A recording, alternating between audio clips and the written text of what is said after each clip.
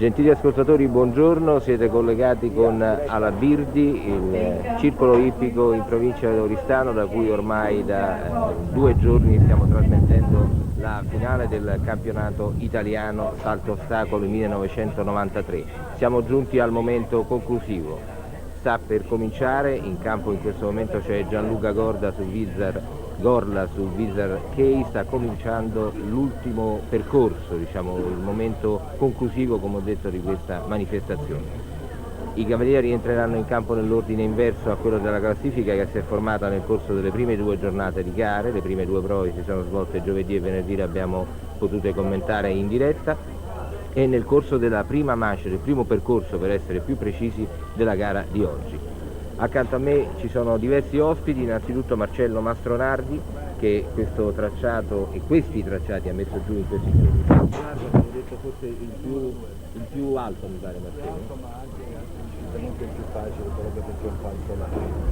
Mentre c'è il 3 è un rispetto, perché siamo a 50 da Questa è la prima combinazione. 60. La prima combinazione su 2 fossi.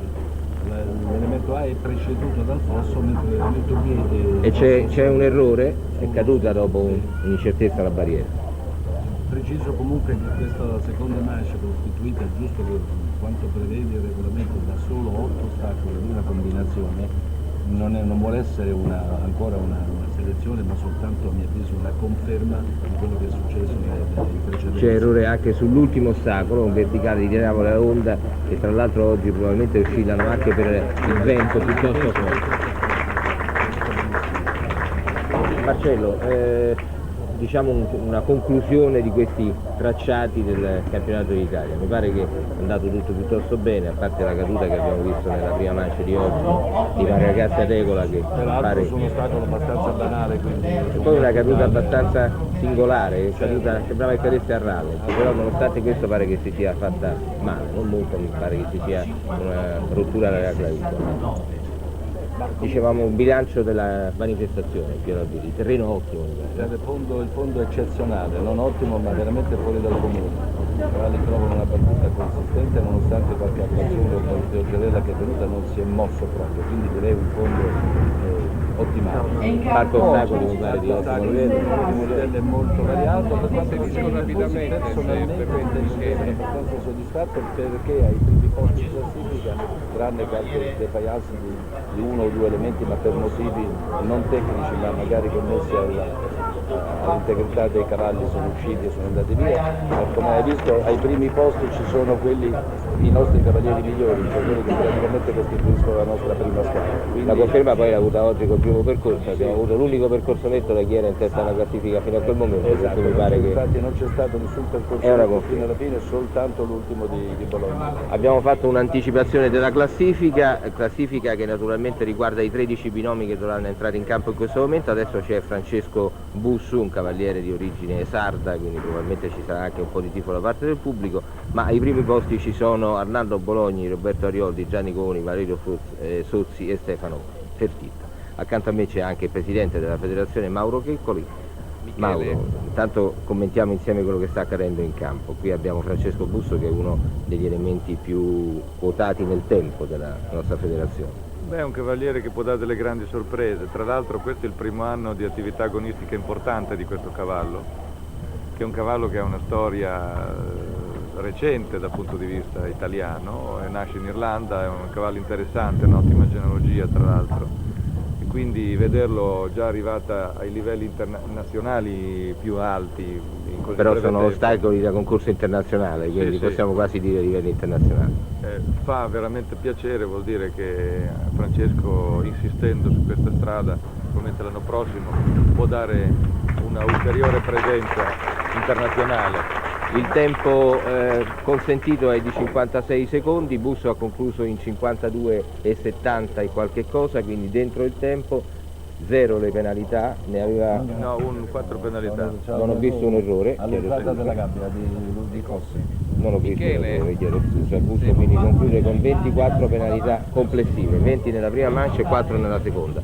Stava dicendo prima Marcello che questo secondo percorso è chiaramente più facile, non Marcello? Ma decisamente, intanto il numero ridotto degli ostacoli Intanto scusatemi, io interrompo un attimo Mastro Nardi e vediamo se il cavaliere che sta uscendo si avvicina a un'altra nostra postazione dove c'è Francesco Birocchi e Massimiliano Baroni, vediamo se Bussu è disponibile a parlare al microfono. A te Francesco. Se mi senti, no, Bussu è appena andato via, il suo cavallo aveva bisogno di... Mi dicono che ci sono dei problemi, continuo io, speriamo che i problemi si possano risolvere rapidamente. Anche ieri avevamo fatto questo tentativo, vogliamo tentare di dare a queste telecronache un pizzico di interesse in più.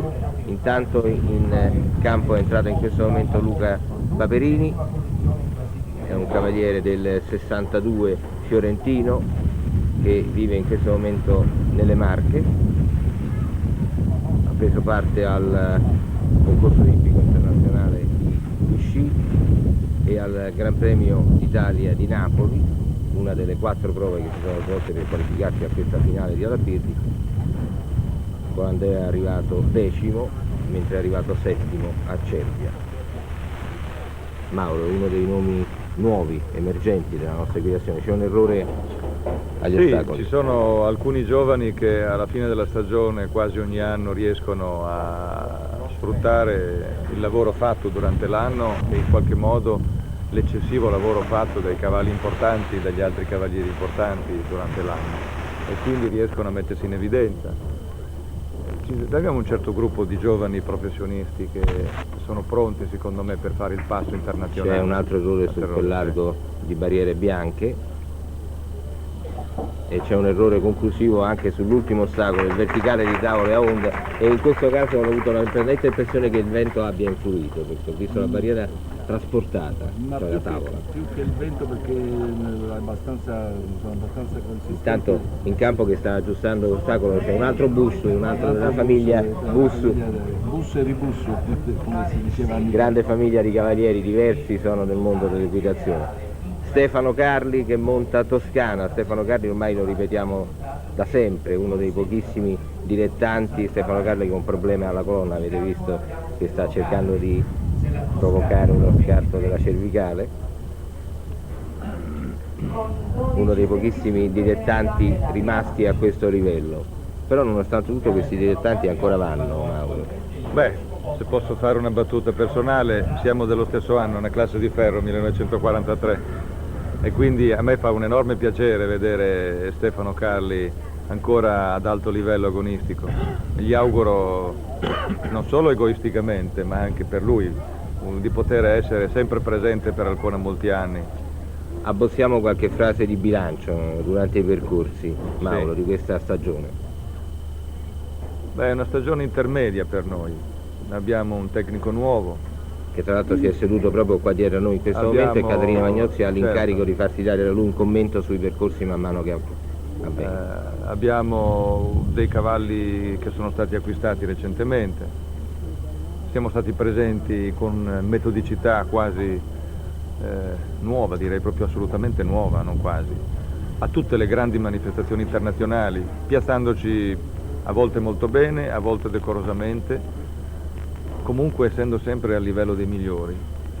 Combinazione, la prima combinazione, c'è un errore nell'ostacolo d'entrata. È un percorso piuttosto tosto questo qui. Sì, Marcello dice che è più facile, ma forse è meglio dire meno difficile. Forse. È così, senz'altro. D'altra parte sono tutti ostacoli intorno al 1,50 m, qualcuno ha anche qualche centimetro in più, Marcello lo ha confessato. Sull'Ambiron i 2 centimetri qualche volta si grattano. Comunque le difficoltà sono distribuite su tutto il percorso, quindi bisogna stare attenti su ogni ostacolo, come si vede anche da questo percorso di Stefano Carli. Stefano Carli conclude, aveva concluso la prima manche con 12 penalità, un quarto per un fuoritempo, anche in questo caso c'è un leggerissimo fuoritempo, il tempo consentito ho detto è 56, invece ha concluso in quasi 58. Quindi sono 8,5 le penalità per Stefano Carli. Vediamo se Francesco Birocchi può intervistarlo, chiedo... Sì, sono in linea. Ecco, a te Francesco. Chiedo a Stefano Carli se si può avvicinare un momento, siamo... Ecco, in maniera un po' fortunosa, com'è andata?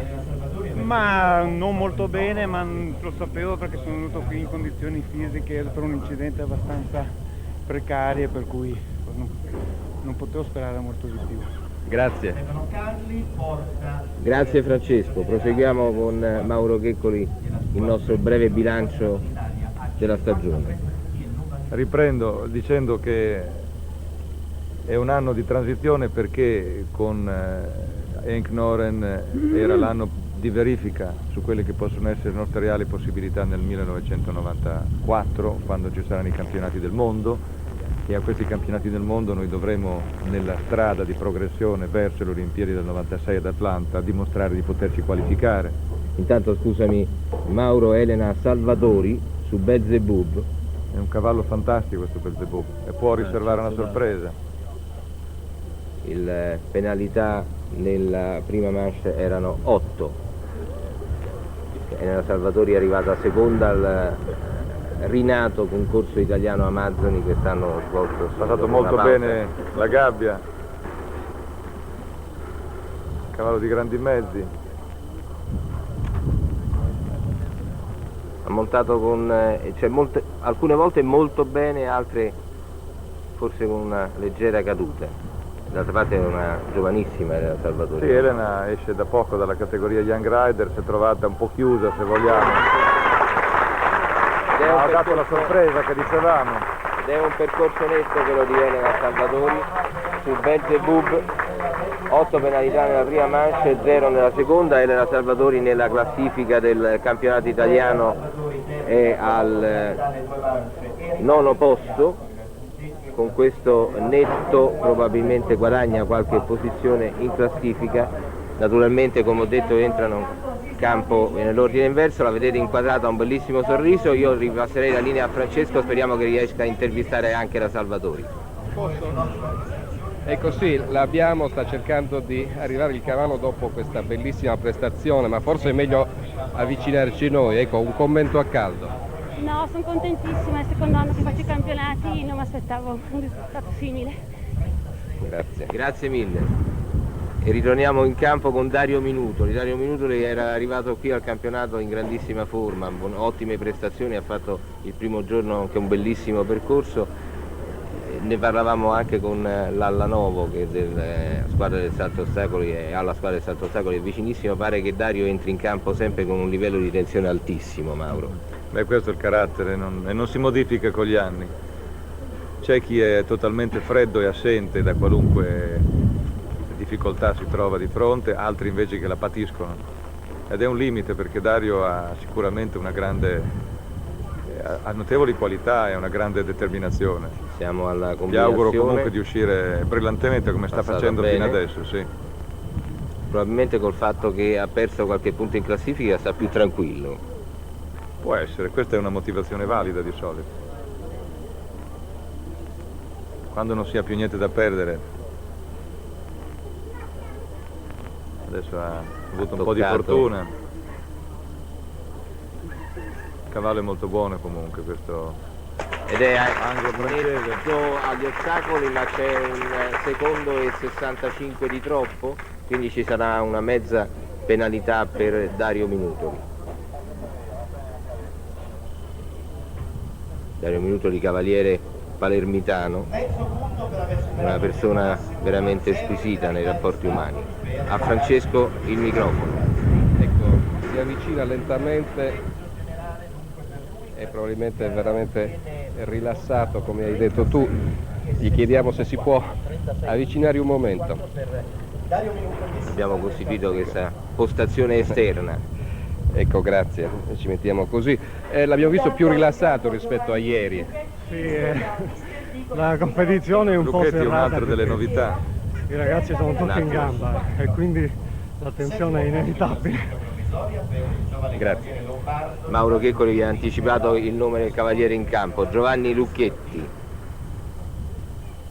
un cavaliere lombardo che tra l'altro si è messo in luce molto bene al PNA di Grosseto, vincendo i campionati dei 5 e dei 6 anni.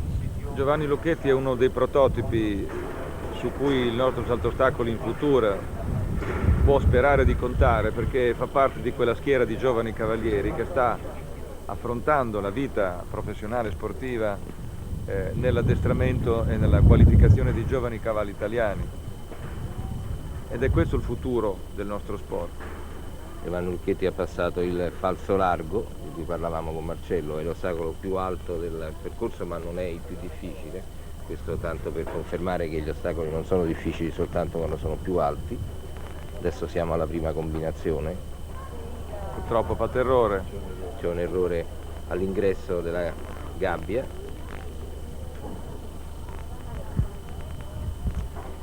C'è un errore anche questo verticale di barriere sul cancello davanti alla nostra postazione. Tanto stiamo cercando, c'è una piantata proprio davanti all'ultimo ostacolo. Strano poi con la porta di fronte ma probabilmente è una novità per lui. È passato anche se ha toccato con il posteriore. E adesso, prima mi pare che ci manca un po' un brevissimo commento di Aknoren riferitoci da Caterina. Tout ce que l'on a vu maintenant, c'est un cavalier nouveau dans cet calibre de haut niveau. Un cavalier très bien, très fort, mais avec un cheval assez limité. Caterina, un attimo per la traduzione perché Lucchetti si sta avvicinando a Birocchi, a te Birocchi. Veramente sono io che mi avvicino a lui, quando il percorso comincia male poi non c'è più niente da fare. Esatto, è stata un'incompressione sull'ultimo, forse sono arrivato un po' leggermente storto e lui è preferito uscire adesso. Ecco Caterina il commento di un attimo, sentiamo e non Grazie. sentiamo. Il commento su Lucchetti è che il cavaliere è nuovo a questo livello così importante di competizione, si è comportato comunque molto bene, ma ha un cavallo che non è all'altezza della situazione. E in campo adesso c'è Stefano Cesaretto che monta Louis XIV, binomio vincitore della Coppa degli Assi di Palermo l'anno scorso, binomio giovane ma già abbastanza importante, ha toccato con il posteriore il falso largo probabilmente perché l'aveva preso un po' in diagonale, non perché in diagonale infatti il cavallo non ha avuto possibilità di completare la sua parabola. Anche questo è un giovane Mauro. Ma il cavallo no, Louis XIV No, il cavaliere. No. Ma anche Stefano è un giovane per modo di dire, nel senso che oramai ha fatto tanta esperienza, ha fatto i mondiali precedenti, nel 1990, quindi ha una grande esperienza di tipo anche internazionale. È un cavaliere nato a Brescia. È alterno, a volte ha delle prestazioni straordinarie. E c'è errore proprio sull'ultimo ostacolo. Ecco, io ricordo per esempio sulle tavole dei mondiali di Stoccolma uno stesso errore sul stesso ostacolo, con le stesse caratteristiche, fatto lo stesso C'è modo. una sorta di antipatia per le tavole. No, beh, evidentemente è un ostacolo così verticale il cavallo lo rispetta poco. Entra in campo Stefano Fertitta mentre esce dal campo Stefano Cesaretto che si sta avvicinando all'uscita e quindi io do di nuovo il microfono a Francesco Birocchi. Luis e Stefano Cesaretto alle penalità della seconda manche. Peccato, un percorso che stava andando benissimo. Sì, forse un po' più di fortuna sull'ultimo, però nell'insieme il cavallo saltava molto bene. E adesso il giudizio di Hank Noren preferisce saltare, no, il giudizio di Hank Noren. Là, Louis se faute sur la dernière obstacle, c'était à mon avis vraiment une faute du cheval. Il arrivait bien dans la distance, il a fait assez d'aide pour laisser le cheval sauter bien. Ça c'est typiquement une faute qu'on voit après 3 jours de haute compétition où un vieux cheval comme Louis peut être un peu fatigué. È un errore che si verifica abbastanza facilmente alla terza giornata di un concorso così difficile, così faticoso. E C'è un errore, del scusa Caterina, a rustico.